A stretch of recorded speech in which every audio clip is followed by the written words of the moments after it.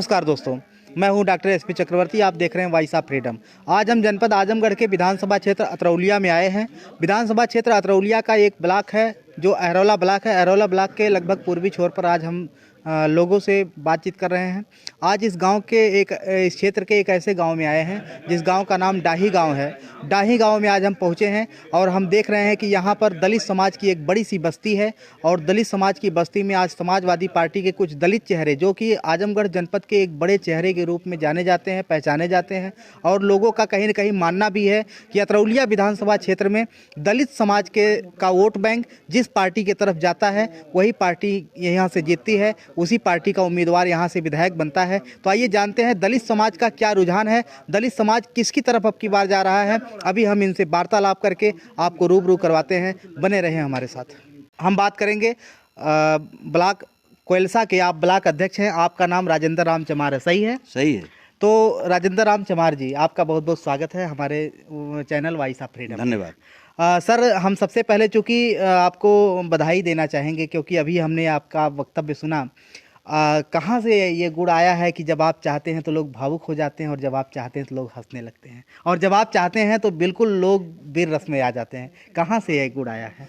समाज में रहकर समाज की भावनाओं को समझना, ये इसका मुख्य कारण है कि समाज, बिरादरी नहीं, समाज, जो हमारा गरीब समाज है, जो हमारा दलित समाज है, जो हमारा पिछड़ा समाज है, राजनैतिक परिस्थितियों में, व्यवहारिक हालात में जो दिक्कतें आती हैं उसका मुझे लंबा अनुभव हो गया है जी। और जब मैं कभी आपसे बात करता हूं या लोगों से बात करता हूं तो मुझे वो चेहरे आ जाते हैं, वो बच्चे जो गोली खेल रहे हैं आज, तो मुझे गुस्सा आ जाता है। जिनको स्कूल में जाना चाहिए वो क्रिकेट खेल रहे हैं तो मुझे तो गुस्सा आएगा। लेकिन जब वहीं बात लड़ाई की आती है तो हौसले में आ जाता हूं और कहता हूं कि लड़ाई बार बार नहीं होती। जब कहीं मार होती है तो कोई ये नहीं कहता कि जरा हम पहले पानी पी के आए तब मार करब जी, पहले मार जी।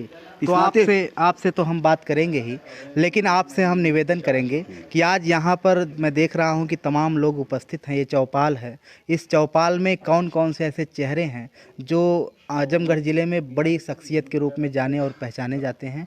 आप उनका एक बार हमारे दर्शकों को क्या परिचय कराएंगे?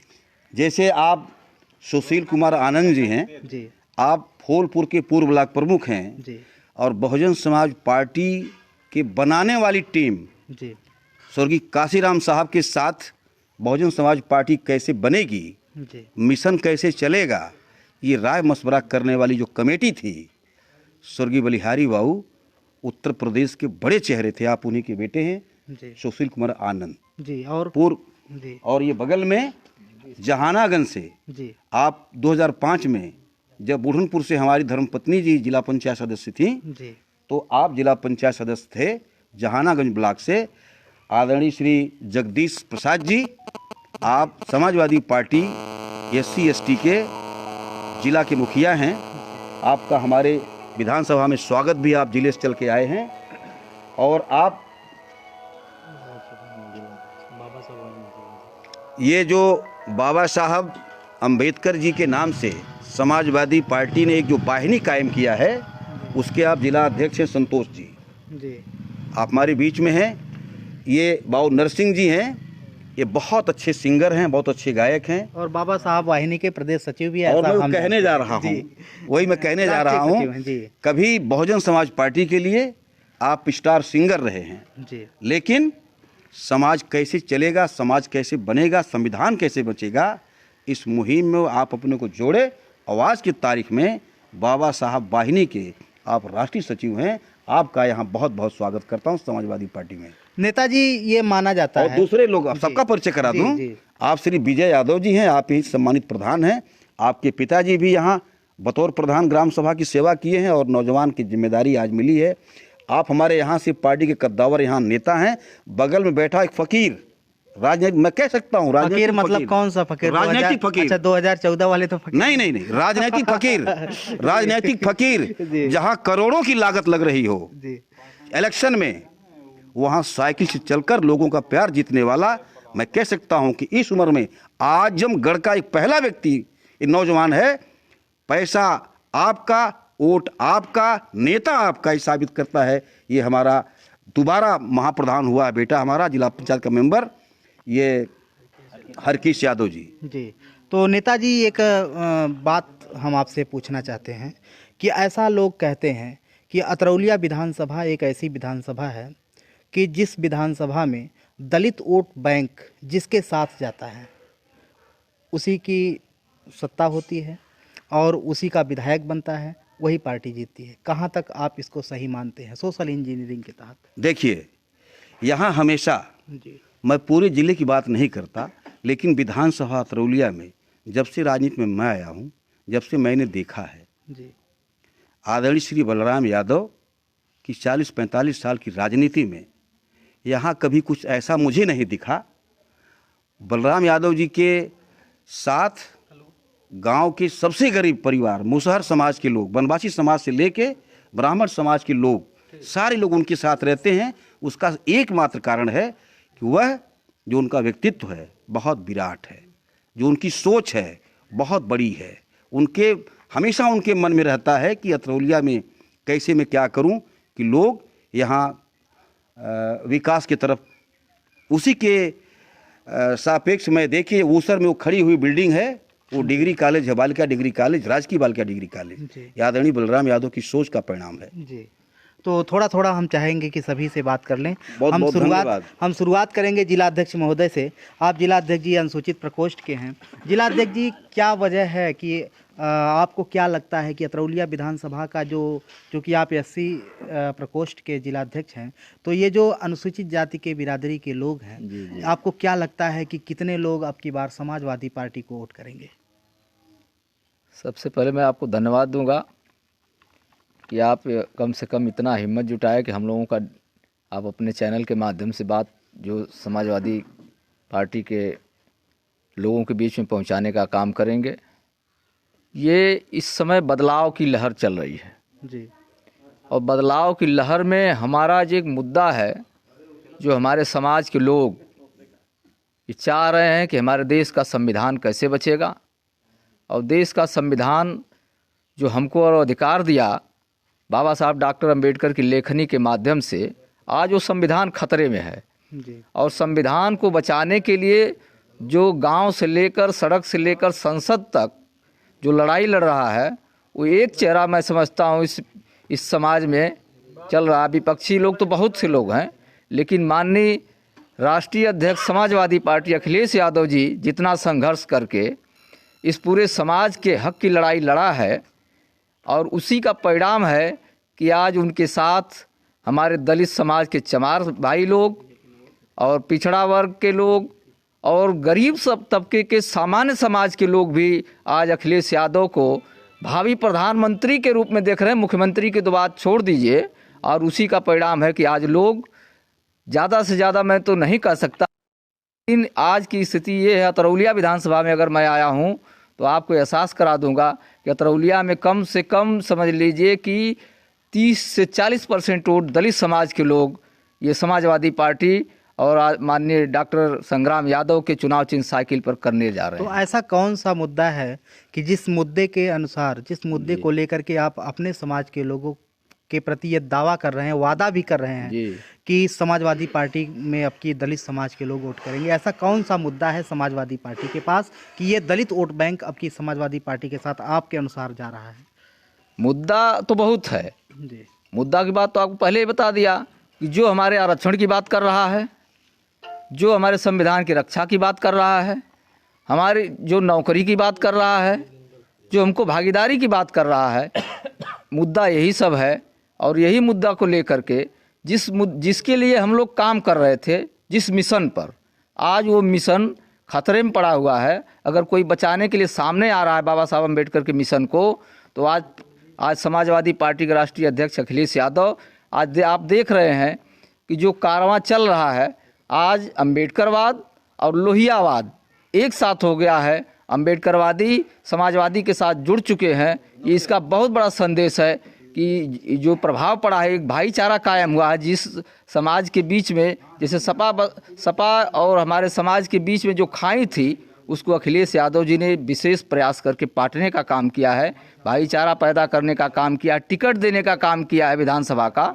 यही सब मुद्दा है कि हमारे समाज के लोग आज समाजवादी पार्टी चलिए, के साथ जुड़ आपका रहे हैं। बहुत बहुत धन्यवाद। आपसे हम फिर कभी बात करेंगे। एक ऐसी जो हस्ती हैं, चूंकि अगर हम लोग बैठ के आपको खड़ा करना मुझे उचित नहीं लग रहा है, मैं चाहता हूं कि मैं भी अगर आपके बगल में बैठ जाऊंगा तो मेरा सौभाग्य होगा, क्योंकि बहुजन समाज पार्टी की नींव के साथ आपके पिताजी स्वर्गीय श्री बलिहारी बाबू जी को का नाम अगर बहुजन समाज पार्टी या मान्यवर कांसीराम साहब या DS4 या बाम सेफ का नाम लिया जाता है तो उसके साथ में स्वतः ऑटोमेटिक बलिहारी बाबू जी का नाम आजमगढ़ की धरती से जरूर लिया जाता है। तो आपका हमारे चैनल में बहुत बहुत स्वागत है। बहुत बहुत धन्यवाद।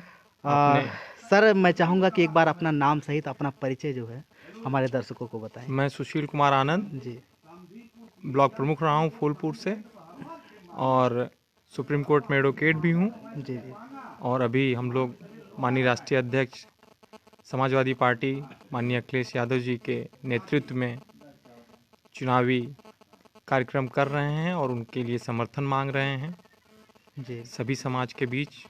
धन्यवाद। तो आपको क्या लगता है कि अब की बार बहुजन समाज पार्टी, चूँकि आप बहुजन समाज पार्टी में से, सबसे पहले दर्शकों को बताएंगे कि आखिर क्या वजह थी कि आपके पिताजी बहुजन समाज पार्टी के संस्थापक लोगों में थे और आज समाजवादी पार्टी के लिए आप प्रचार कर रहे हैं, वजह क्या है?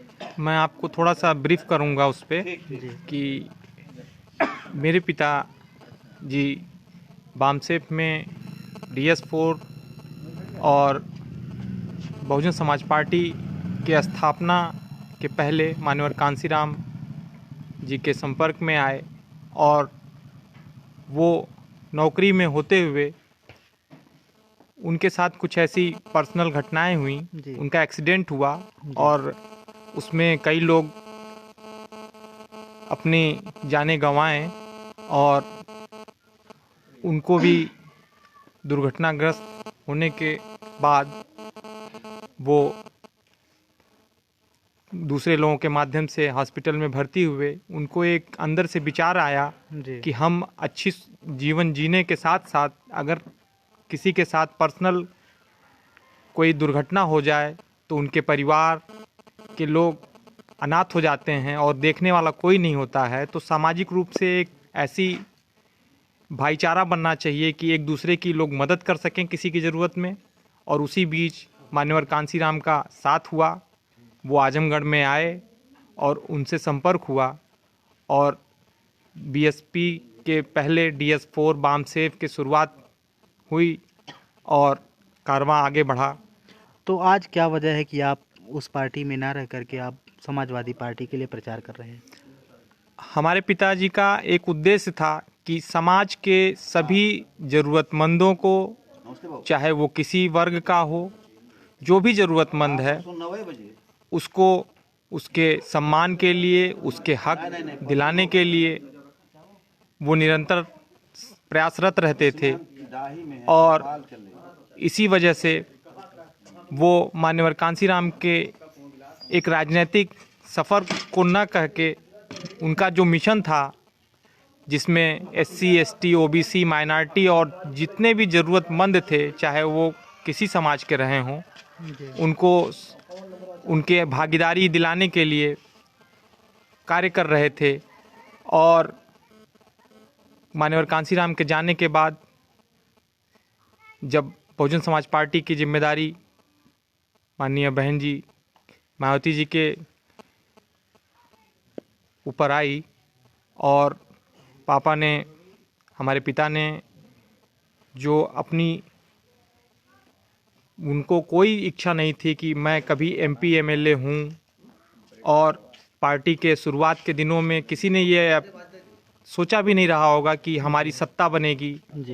वो समाज को नया दिशा दिखाने के लिए, उनके अधिकारों के लिए लड़ाई लड़ते रहते थे। आपने बताया, जो आपके जिलाध्यक्ष अनुसूचित प्रकोष्ठ के, उन्होंने बताया कि आरक्षण के लिए, संविधान की रक्षा के लिए समाजवादी पार्टी की सरकार जरूरी है। समाजवादी पार्टी के ऊपर एक आरोप है कि सन 2012 में जब समाजवादी पार्टी की सरकार बनी थी तो 2013 में SC/ST में प्रमोशन का जो आरक्षण का बिल था और SC/ST को जो ठीके में आरक्षण मिलता था उसको निरस्त कर दिया गया था, फाड़ दिया गया था बिल। तो क्या वजह थी?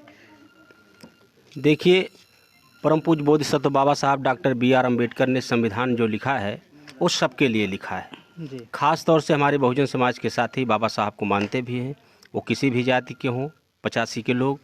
और जहाँ तक सवाल आपका है कि SC/ST में बिल फाड़ा गया था, तो SC/ST में बिल अगर कोई अम्बेडकरवादी होगा तो वो नहीं फाड़ सकता। जी। और दूसरी चीज़ यह है कि झूठे आरोप लगते हैं, फाड़ा नहीं गया था बल्कि किसी मनुवादी के द्वारा फड़वाया गया था। जी। और जो फाड़ा था आज वो समाजवादी पार्टी में नहीं है। अच्छा, आज वो समाजवादी पार्टी में नहीं है, तो अगर अब समाजवादी पार्टी की सरकार बनती है तो SC/ST के लिए क्या लाभ होंगे? आखिर SC समाज के लोग क्यों वोट दें? देखिए, SC समाज के लोग, खास तौर से दलित समाज के लोग, इसलिए कि आज भारतीय जनता पार्टी को उखाड़ फेंकने के लिए पूरे प्रदेश में समाजवादी पार्टी विकल्प के रूप में है। और समाजवादी पार्टी के राष्ट्रीय अध्यक्ष श्री अखिलेश सिंह यादव ने वादा भी किया है कि जब हमारी सरकार बनेगी तो हम भारतीय संविधान के हिसाब से हम प्रदेश को चलाएंगे और भागीदारी, हर समाज को भागीदारी देंगे। और हर समाज की जब भागीदारी देंगे तो उसमें SC समाज भी आता है, उसको भी सम्मान मिलेगा। इसी आशा और उम्मीद के साथ हमारे दलित समाज के साथी अब की बार बिना किसी हिचक के, बिना किसी झिझक के, एकदम बेहिचक जो है समाजवादी पार्टी की साइकिल के निशान को दबाने का काम कर रहे हैं। अच्छा नरसिंह जी, एक सवाल आपसे है कि अगर समाजवादी पार्टी की सरकार बनती है, ऐसा जनता में चर्चा है कि अगर समाजवादी पार्टी की सरकार बनती है तो यही जो आप जैसे समाजवादी पार्टी के कार्यकर्ता हैं यही गुंडा बन जाते हैं और गुंडा बन करके लोगों को परेशान करते हैं। कहाँ तक सही है ये बात? अच्छा बताइए, मैं कितना बड़ा गुंडा हूँ? आपके सामने हूँ जी। ऐसी बात नहीं है। यह विरोधी दल जो है आपसी भाईचारे को देख नहीं सकता। और विरोधी दल, खास तौर से भारतीय जनता पार्टी के लोग हरदम गुमराह की राजनीति किए हैं, हर समाज के लोगों को बरगलाने का काम करते हैं। और वही लोग हमारे समाजवादी पार्टी के जो गुंडे कहते हैं वो गुंडे नहीं हैं, अपने हक और हकूक़ को लड़ने के लिए वो क्रांतिकारी हैं। और इसी क्रांतिकारी समाजवादियों को वो कभी कभी आतंकवादी भी कहते हैं, कभी गुंडे भी कहते हैं। अच्छा, तो आप एक चीज़ बताएं कि समाजवादी पार्टी की अगर सरकार बनती है और यहाँ के विधायक डॉक्टर संग्राम यादव जी चुन करके असेंबली में जाते हैं तो यहाँ की जनता को सीधा सीधा क्या लाभ मिलेगा? देखिए, खास तौर से अतरौलिया विधानसभा के चारों तरफ, चाहे वो नाली खड़ंजा का मामला हो, चाहे रोड का मामला हो, या फिर 2012 से 2017 तक जो सरकार चली है उसमें लोहिया आवास की बात रही हो, या वृद्धा विधवा पेंशन की बात रही हो, या फिर क्या नाम है उसका, लैपटॉप, बेरोजगारी भत्ता और साइकिल और कन्या विद्याधन, तमाम ऐसी योजनाओं का जो अंबार लगा है मुख्य रूप से अतरौलिया विधानसभा में। और आप सामने देख रहे हैं राजकीय महिला महाविद्यालय और बगल में डेयरी, और उधर आप जाएंगे तो 200 शैया वाला जो है बेड है।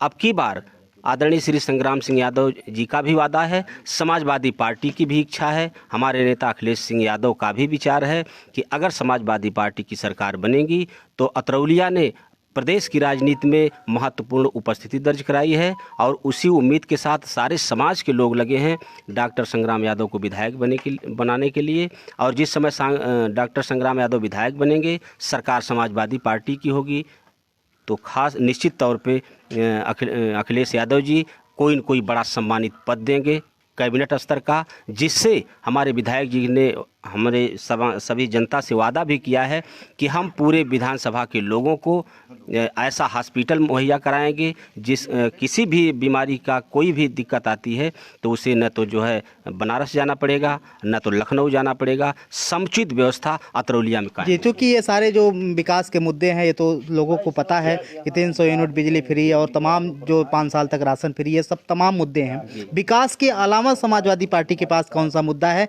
कि विकास के अलावा सामाजिक तौर पर वो कौन सा विकास उत्तर प्रदेश में देंगे? देखिए, समाजवादी पार्टी में मुख्य रूप से जो भारतीय संविधान भी कहता है और समाजवादी पार्टी जो समाजवाद का नारा लगा रही है, एक तरफ समाजवादी और दूसरी तरफ अम्बेडकरवादी कंधे से कंधा मिला करके चलना शुरू कर दिए हैं। समाजवादी पार्टी में चाहे किसी भी समाज के साथी हों, ब्राह्मण का भी सम्मान है, क्षत्रिय का भी सम्मान है, हमारे दलित भाई का भी सम्मान है, राजभर निषाद समाज, हर समाज के लोग साथी हैं। और सभी साथियों ने, और पिछड़ी जाति में जो मजबूत तबका है यादव समाज के विश्वास में दलित समाज के साथी, दलित समाज के साथ विश्वास में यादव समाज के साथी जो कंधे से कंधा मिला करके वैचारिक परिवर्तन की तरफ जो मुहिम छेड़े हैं, इसमें समाजवादी पार्टी का बहुत बड़ा योगदान है। तो ये तो SC ST OBC की आपने बात की, जो माइनॉरिटी समाज के लोग हैं और फॉरवर्ड लॉबी के लोग हैं, वो समाजवादी पार्टी को कितना सपोर्ट कर रहे हैं? देखिए, समाजवादी पार्टी बैकवर्ड हो चाहे फॉरवर्ड हो या फिर माइनॉरिटी के लोग हों, सबका सम्मान करती है। जी, चलिए बहुत बहुत धन्यवाद। आप हमारे साथ इसी तरीके से बने रहे। हम हर गांव में जा करके हर पार्टी के लोगों से मुलाकात करके जो ग्राउंड की रिपोर्टिंग है वो हम आपको दिखाते रहेंगे। बहुत बहुत धन्यवाद।